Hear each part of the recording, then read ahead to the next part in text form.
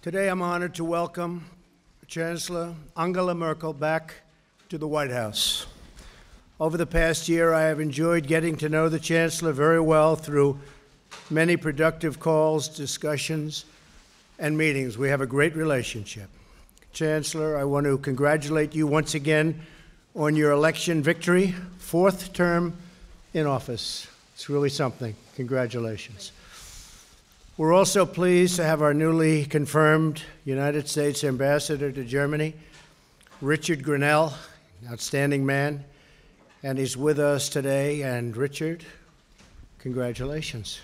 Do a great job, and I know you will. Thank you. This confirmation was long overdue. We've been waiting a long time for Richard to get his clearance, and he got it. And it's going to be special, but we have a lot of people that are waiting approval, and the Democrats have been treating us extremely unfairly, and they're going to have to move it along. For decades, the alliance and friendship between Germany and the United States has advanced the cause of peace, prosperity, and freedom. Today, our nations face a wide array of shared challenges and opportunities, and I am confident that we will meet them together with the same strength and resolve that has always defined the United States-German friendship.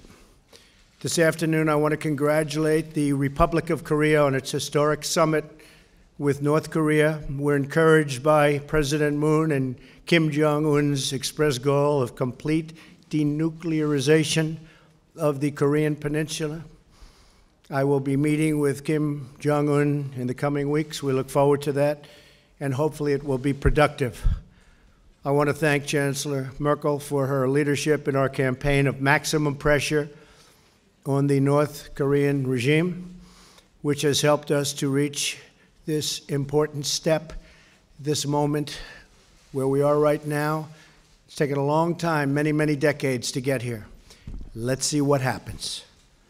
We seek a future of peace, prosperity, and harmony for the whole Korean Peninsula, unlocking not only a brighter future for the people of Korea, but for the people of the world. However, in pursuit of that goal, we will not repeat the mistake of past administrations. Maximum pressure will continue until denuclearization occurs. I look forward to our meeting. It should be quite something. In our meetings today, the Chancellor and I discussed Iran. The Iranian regime fuels violence, bloodshed, and chaos all across the Middle East.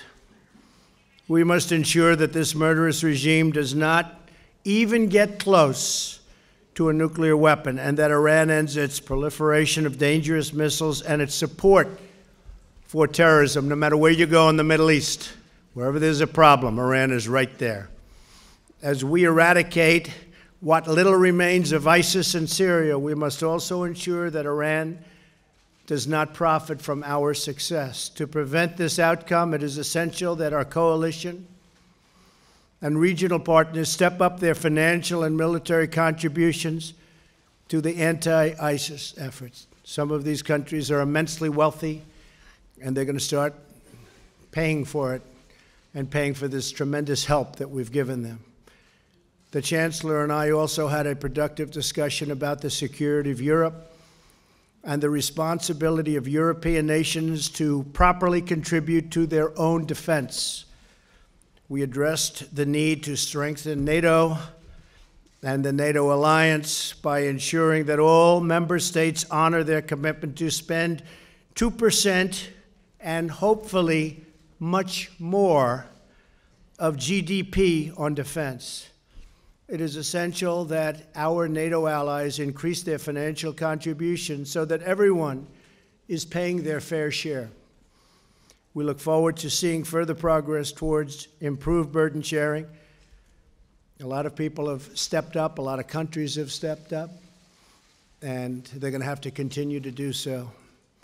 Tremendous amount of additional money has been raised for NATO over the past 16 months, and I'm proud to have helped, but they have to keep going. In this age of international crime, smuggling, terrorism, and trafficking, It is also essential that we have strong border security and immigration control.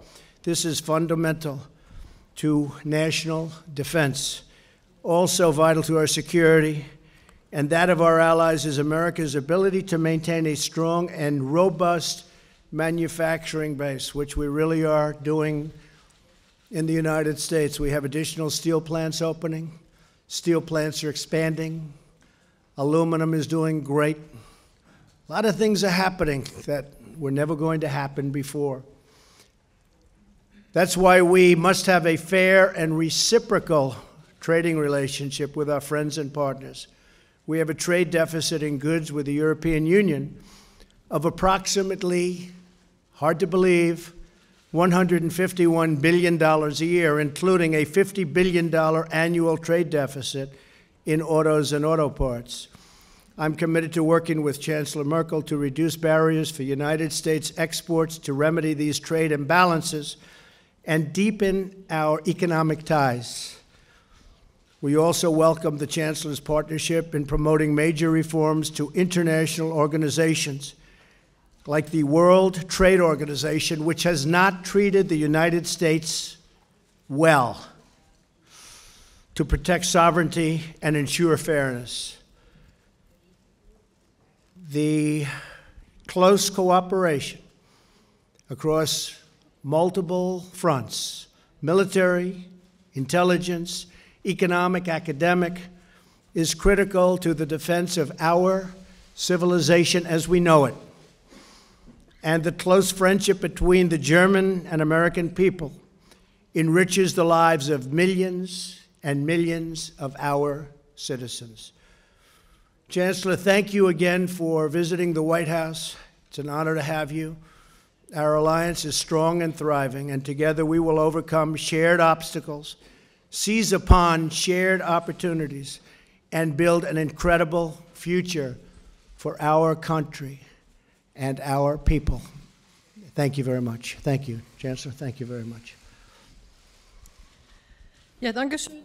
Thank you very much. I would like to thank you for the very warm reception here in the White House and for giving us this opportunity to have an exchange of views. This is my first visit after the re-election to a country outside of Europe, and I thought it was very important to underline that for Germany, the transatlantic ties are of prime importance. We are very much aware of the fact that these transatlantic ties are for us of crucial, of indeed existential importance. These transatlantic ties have given a great contribution to our reunification. The first part of my life I spent on the other side of the Iron Curtain, and the fact that it was possible for our country to reunite is essentially due to the United States and their contribution, and this will be most important also for our future cooperation that is more urgently needed than ever in view of the turbulences all over the world. So Germany will continue to be a reliable partner in NATO, in our alliance, is a reliable partner within the European Union, all the more so since today we fight against nuclearization of Iran, against terrorism, against ISIS in Iraq and Syria, against terrorism in Afghanistan or in Africa, and we depend urgently on each other.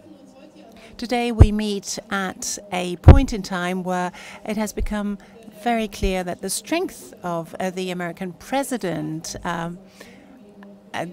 where he really saw to it that the sanctions against North Korea are abided by, are respected, has opened new possibilities, opened new ways. This first meeting between Kim Jong-un and the South Korean President Moon is a first step on a road that will hopefully lead into a better future. We Germans know only too well what it means after years of separation, after years of division, to have these first contacts, but we will continue to be vigilant to see to it that denuclearization is stopped of North Korea and that a nuclear-free zone is established on the Korean peninsula. We think that this is essential. We will have to see also in our fight against the Iranian attempts to become nuclear will go on. We are of the opinion that the JCPOA is a first step that has contributed to slowing down their activities in this particular respect, to also establish a better verification and monitoring process. But we also think, from a German perspective, that this is not sufficient in order to see to it that Iran's ambitions are curbed and are contained. It is most important to see that Iran, after all, is trying to exert a geopolitical influence in Syria, in Lebanon, and in Iraq. And we have to see to it that this attempt at influence is curbed, is contained, and that beyond JCPOA, reliability can be established. And I think that Europe and the United States of America ought to be in lockstep on this, or to work together very closely, also to end the terrible bloodshed in Syria and to bring about a solution for the region as a whole. Beyond that, and over and above that, we also addressed the tasks that we see ahead on defense. Germany in 2019 is going to earmark a share of 1.3 of its GDP on defense. That has been an increase over the past few years. We haven't yet met the target where we should be, but we are getting closer to the target, to the guideline that we've set for ourselves in Wales. On trade, I think it's most important to see that very close relations on trade exist between Germany and the European Union on the one hand and the United States on the other. We want fair trade. We want a trade that is in line with the multilateral trading system of WTO, but we also acknowledge that for many, many years WTO has not been able to bring about international agreements, so bilateral agreements may well replace that. That's something that we, on behalf of the European Union, already have done and have negotiated with a number of countries over the past few years, so I can well envisage such negotiations with the United States as well. But obviously, that has to be reconciled, and I would also like to point out that Germany, on the one hand, has very close trade relations with you. The President obviously is not satisfied with the trade surplus. We have already been able to reduce that, our trade surplus that is with the United States, but we still have a long way to go. But the United States, also due to the tax reform, again has become a very interesting place to invest for our companies. And we can say with great pride that not only hundreds of thousands of cars are exported from Germany to the United States, but that from the US to the rest of the world, hundreds of thousands of cars that are built here in the States are exported to the rest of the world, with creating American jobs. And I believe that the workers here have very good working conditions. So that, again, is another bond that ties our two countries together. We will continue to discuss those trade issues. We will have the NATO meeting in the summer. We will meet again there. And let me say in conclusion that apart from the political relations that are very close and well, we sometimes may look at issues differently, but generally around on the basis of friendship, on partnership, we are linked by ties in the world of science, in the world of culture. We still have host the largest number of troops. Ever since 1945, about 17 million members of the US military were stationed in Germany, and a lot of them have established very close ties, very close friendships with Germans. And I'm delighted to see that now the ambassador can very soon, when he's in Germany, work on this basis, and we're delighted that we finally have an ambassador. Thank you. Thank you very much, Angela. Thank you very much. Yeah, you're welcome. All right, we'll take some questions. Blake Berman, yes? Blake? Thank you, Mr. President. Chancellor Merkel, I'll ask a couple questions of the President first. I want to ask you, I'm going to step over, it's crowded in here. I want to ask you about a couple comments that you made in the Oval Office earlier, in which you said about North Korea that they've played the U.S. in the past like a fiddle, but that's not going to happen to us. Do you, as it relates to hopefully getting peace on the Korean Peninsula, denuclearization of the Korean Peninsula, do you feel as if you need to be the closer in that deal? Do you want to be the closer in that deal, or do you think that's something that is shared by all of the major stakeholders, all of the world leaders within that region? And secondly, indulge us if you might, you said that the relationship with North Korea has been strong, or one of the words you used. Have you spoken with Kim Jong-un himself, or do you plan on speaking with him? I don't want to comment on that. Do you plan on speaking with him before? We have a very good working relationship. We're setting up a meeting. Things have changed very radically from a few months ago. You know, the name calling and a lot of other things. We get a kick every once in a while out of the fact that I'll be watching people that failed so badly over the last 25 years explaining to me how to make a deal with North Korea. I get a big, big kick out of that. But we are doing very well. I think that something very dramatic could happen. They're treating us with great respect. And you know what's going on with South Korea. And I think President Moon of South Korea was very generous in saying that we helped make the Olympics a great success because of the fact that, as you know, there was a tremendous animosity, there was a tremendous problem going on, and all of a sudden people started buying tickets because whole different feeling when North said, we'd love to go to the Olympics.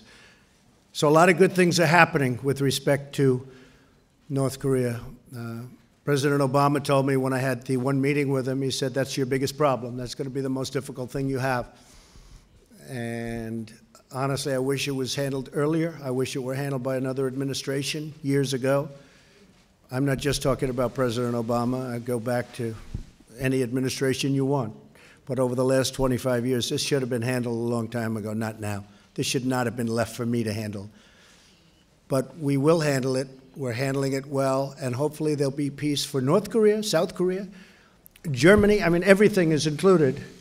Japan, the Chancellor has been very helpful in the maximum pressure campaign, as I said, really very helpful. So have many other nations. President Xi of China has been really good at the border. Everyone's surprised at how tight he clamped down. Everyone said that he'd just talk about it, he wouldn't do it. Well, he did it. And he did it out of a relationship that we have, and also out of the fact that we're negotiating trade deals, and I think that's also very important to him. Hopefully we'll come up with something that's good for both countries. So I think some very good things can happen with respect to North Korea. We're setting up meetings now. We're down to 2 countries as to a site, and we'll let you know what that site is. Do you have a question for the Chancellor? Just to follow up real quickly, do you feel like it's your responsibility for this to eventually get settled between North and South Korea? I think I have a responsibility. I think other presidents should have done it. I think the responsibility has fallen on the shoulders of the President of the United States. And I think we have, I think I have a responsibility to see if I can do it. And if I can't do it, it'll be a very tough time for a lot of countries and a lot of people. It's certainly something that I hope I can do for the world. This is beyond the United States. This is a world problem, and it's something that I hope I'm able to do for the world. Okay? Please. Thank you. And Chancellor Merkel. Was? Ach so. Sorry. Sorry. Boris, thank you very much. I'm just wondering if you've been given any assurances that the European Union will be exempt from steel and aluminum tariffs come Tuesday, the May 1st deadline. Did President Trump tell you what he may or may not do? Thank you. That question. Der Präsident wird The President will decide. That is very clear. We had an exchange of views on the current state of affairs of the negotiations and the respective assessments on where we stand on this. And the decision lies with the President. Herr Ross. Okay? Mr. Ross, please. Thank you. I have a question for the Chancellor, but I'd like to start with a question on Iran for you, Mr. President. After a long day of talks with you, President Macron went to Congress, warned of a new war in the Middle East, and asked the world and the United States to respect the sovereignty of all countries, including Iran.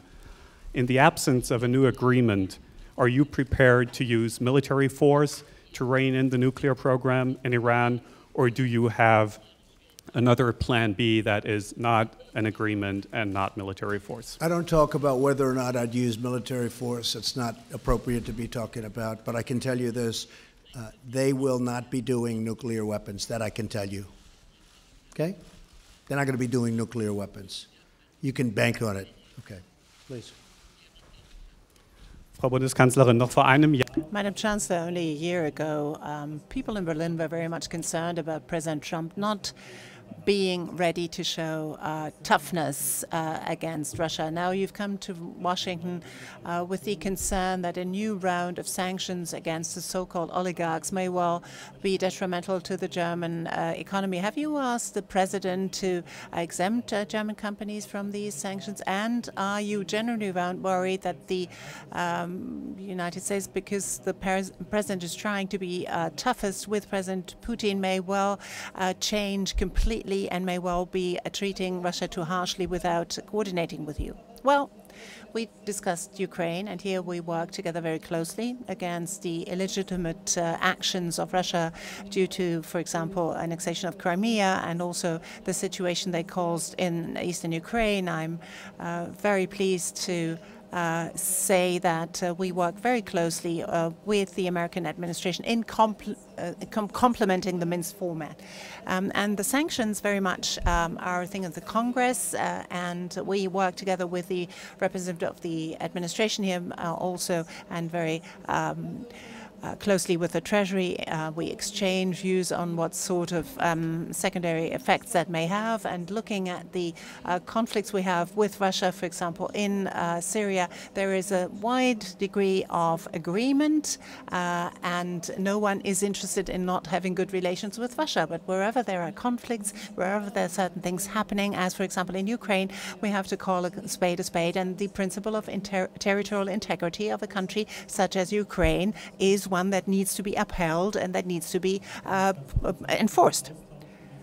But, Madam Chancellor, the exchange, was it satisfactory on these issues between America and Europe? Is it as closely aligned as you want? Yes. Whenever I have questions, I can ask those questions, and I believe that the exchange is there. Again, sanctions have been adopted by Congress. We pointed out to what sort of effects that has. I believe that our finance minister and the Treasury have talked about this yesterday when they met with other finance ministers at the financing for Syria conference yesterday. And whenever I have problems, I can talk to our American counterparts. Please, CBN.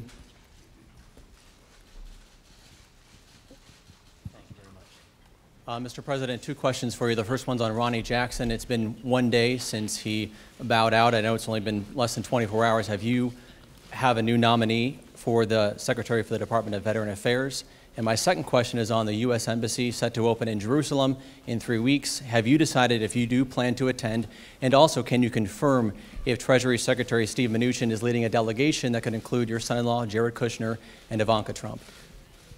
Ronnie Jackson, Admiral Doctor, is one of the finest men that I've met over the last long period of time.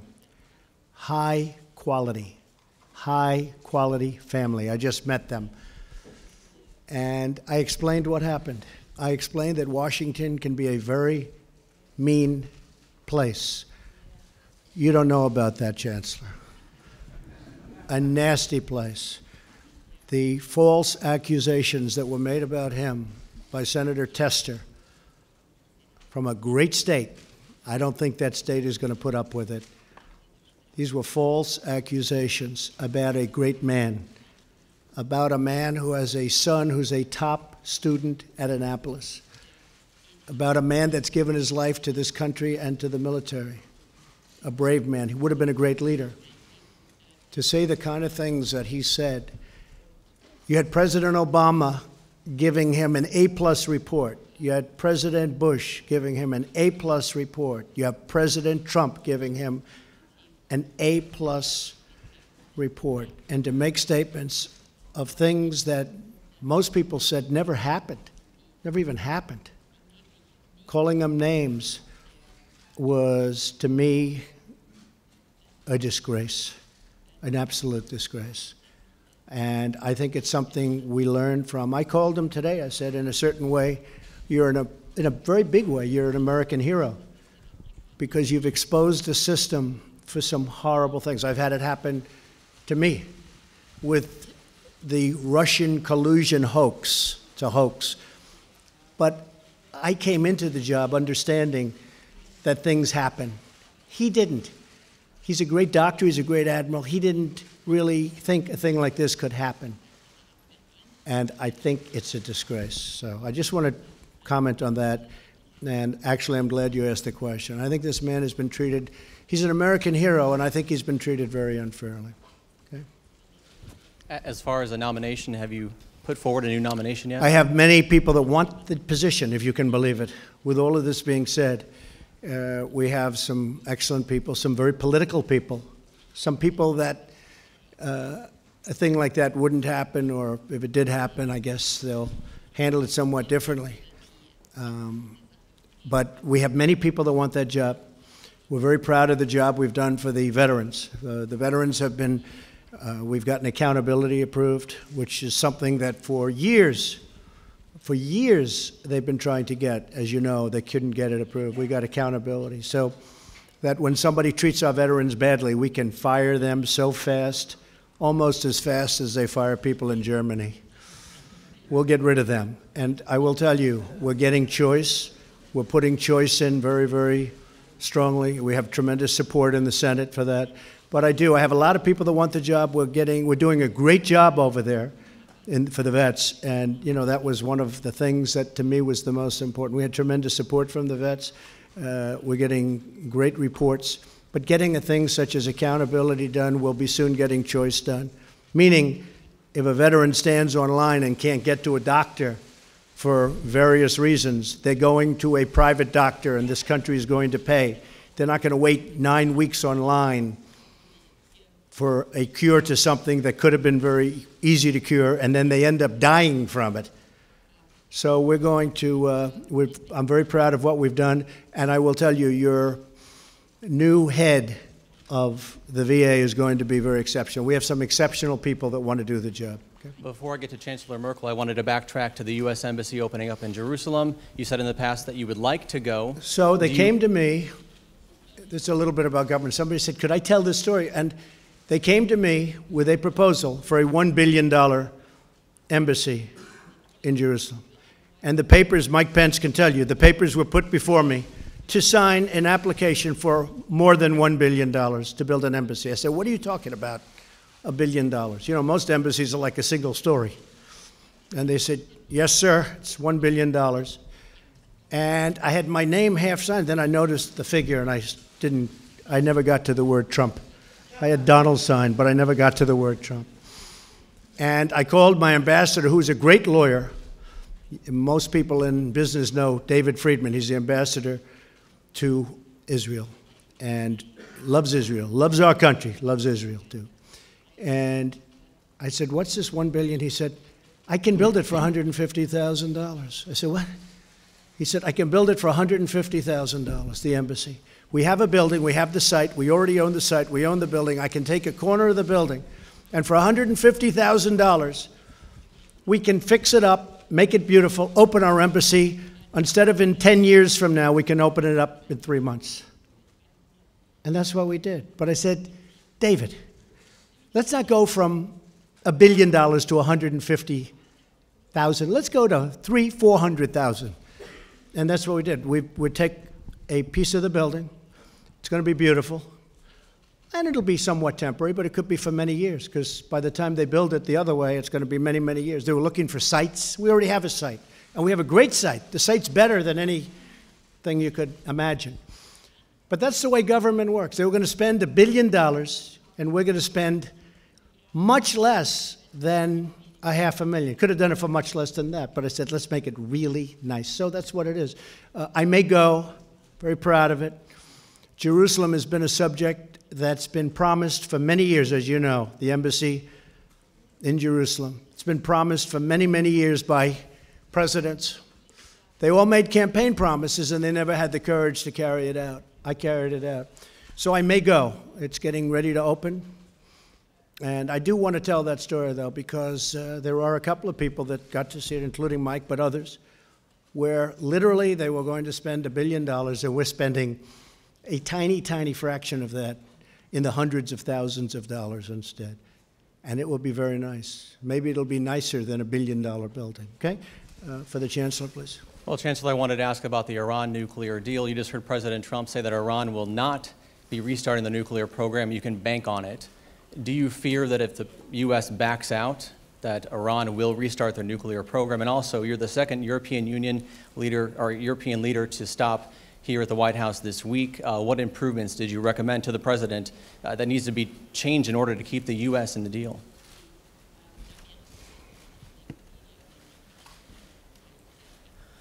Nun gut, ich habe meine Well, I set out my position, and that is that I believe that obviously this agreement is anything but perfect. It will not solve all the problems with Iran. It is one piece of the mosaic, one building block, if you like, on which we can build up this structure. And that when the United Kingdom, France and Germany worked together with the American colleagues, this was brought about, and we will now see what sort of decisions are made by American partners. I said that the whole of the region obviously is of prime importance to us because it's not 1,000 kilometers away, as it is the case, for example, between the USA and Syria. But Syria and Iran are countries that are right on our doorstep. So that is of prime importance for us, and we will continue to be in very close talks on this. Frau Dunz. Mrs. Dunz, please. Christina Dunz from Rheinische Post. Madam Chancellor, you used to describe America as a destination of your sort of what you ever wanted to be. And now it's said in Germany by you that Europe actually has to take its destiny in its own hands and that you cannot rely on the United States supporting you all the time. Have you talked with the president about this development, where this unhappy development that they're drifting apart, and should not you in many ways deliver also on this promise of significantly increasing the defense spending? And addressed to you, Mr. President, a lot of people are irritated by the way that you fulfill this most important job that exists in the rest of the world with certain aggressive Twitter messages and so on. I want to ask you whether, and certain threats that you make, does this mean that in the future there will be less compromise struck by the United States, less reconciliation? And how will you decide on the 1st of May when it is about a possible extension of the exemption for tariffs? What is your position on this, Mr. President? Will there be a trade war with this big bloc Europe, or do you see an opportunity of actually not going into such a trade war? Well, I think for a lot of people in Germany, but also in many other countries, people wish and love to go to the United States. We have just said there are more than 40 million people who have their roots in Germany, in Europe, here in the United States. Also for many people in Germany, in Europe, America is a great country, and even though we may see matters differently on certain political issues, we have to address that, we have to talk about this. But this land of freedom, this great country, obviously still remains very attractive, and so I continue to say that. And I said, yes, Germany and Europe have to take their destiny into their own hands, because we can no longer, as we used to during the period of the Cold War, during the years when Germany was divided, rely on America coming and helping us.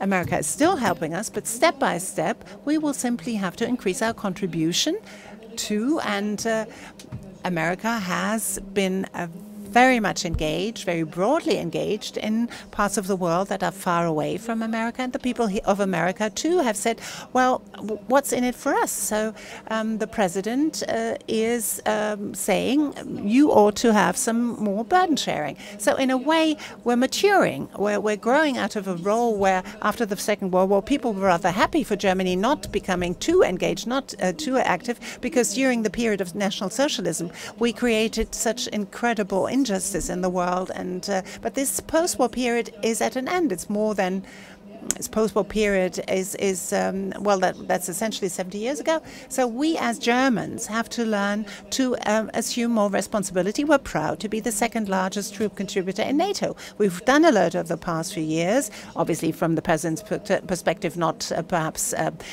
fast enough, but I would say, as German Chancellor, we have made important steps in the right direction, and we will continue to do so. We cannot rely, if conflicts are on our doorstep, for others has to step in, and we ourselves don't have to give a contribution. And this contribution will have to increase over the next few years to come. That has something to do with military engagement, with defense spending, with combating and tackling root causes of flight, but also with the readiness to become more engaged in diplomacy. Germany, for example, for the first time, is part and parcel of the so-called small group. It has just had a meeting in Paris on Syria together with the US, with the UK, with Saudi Arabia, and we want to give our contribution to this as well. It's our obligation, it's our duty. I don't think that we ought to complain about this. We have to learn as a big country, as an economically successful country. As the President says, you're economically successful, but militarily and politically you don't wish to do so much. We have to learn to assume our role, and there are differences of opinion. We as friends can discuss that openly. Thank you, Chancellor. We need a reciprocal relationship, which we don't have. The United States right now has a trade deficit with the European Union of $151 billion. And the Chancellor and I have discussed it today at length, and we're working on it, and we want to make it more fair, and the Chancellor wants to make it more fair. Same thing with NATO. We have a far greater burden than we should have. Other countries should be paying more.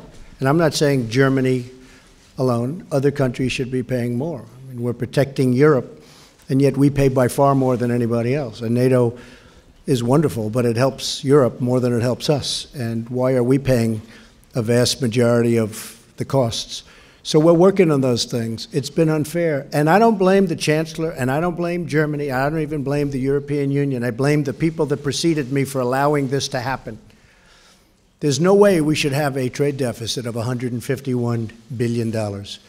So we're going to make it reciprocal. We're going to make it a much more fair situation. And I think in the end, everybody's going to be very happy. I think both countries, I view this as many countries, but looking at it as one block, will really benefit. There's tremendous potential between the European Union and the United States. And I think that's going to happen. There's also tremendous benefit to NATO when people pay what they have to be paying. Some countries actually pay more than they're supposed to. They think the United States is, I've been told by numerous countries, Poland being one. Poland is great. I mean, they pay actually a little bit more than they're supposed to be paying or have to pay because they feel the United States is more than carrying the load. And perhaps they feel it's not fair, but it's something we very much appreciate. But I believe that, you know, when I look at the numbers in Germany and some other countries, they may not like Donald Trump, but you have to understand, that means I'm doing a good job because I'm representing the United States. Angela is representing Germany. She's doing a fantastic job. My predecessors did not do a very good job, but we'll try and catch you, okay? We'll try. We're going to have a reciprocal relationship, and it's going to be something that benefits all of us, okay? Thank you very much, everybody. Thank you. Thank you, Angela. Thank you very much.